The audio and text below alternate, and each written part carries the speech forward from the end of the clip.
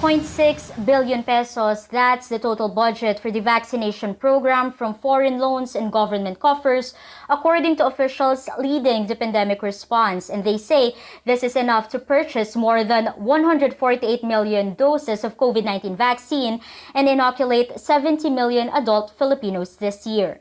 Finance Secretary Carlos Dominguez says the national government is assured of nearly 150 million doses, including both purchases and donations. Based on his presentation at a hearing of the Senate Committee of the Whole, the government has paid a total of over 16 billion pesos to vaccine manufacturers so far. The government has signed supply agreements with Sinovac, Gamaleya, and Moderna. Vaccine czar Carlito Galvez says the country is buying 26 million doses from Sinovac at more or less 700 pesos per dose.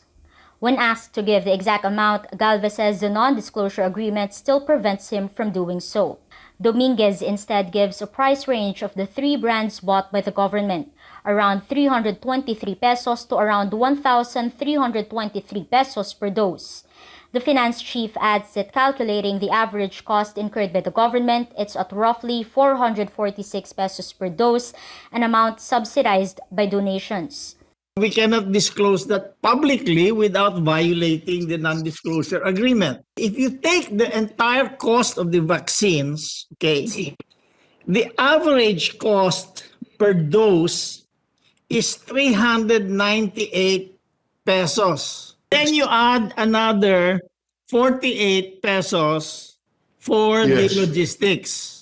Senator Ping Lacson says, taking into account this estimate given by Dominguez, then the country even has around 5 billion pesos more than what's needed to achieve herd immunity this year. As of today, more than 12.7 million doses of COVID-19 vaccines have been delivered to the country. Over 7 million Filipinos have received COVID-19 shots as of Monday. Some 5 million of them had their first dose, while 1.9 million individuals are fully vaccinated. Galvez expects a dramatic increase in the number of vaccinees once more brands come in. He says the government aims to administer 500,000 doses daily in the third quarter and 740,000 doses per day in the fourth quarter to complete the vaccination of 70 million Filipinos.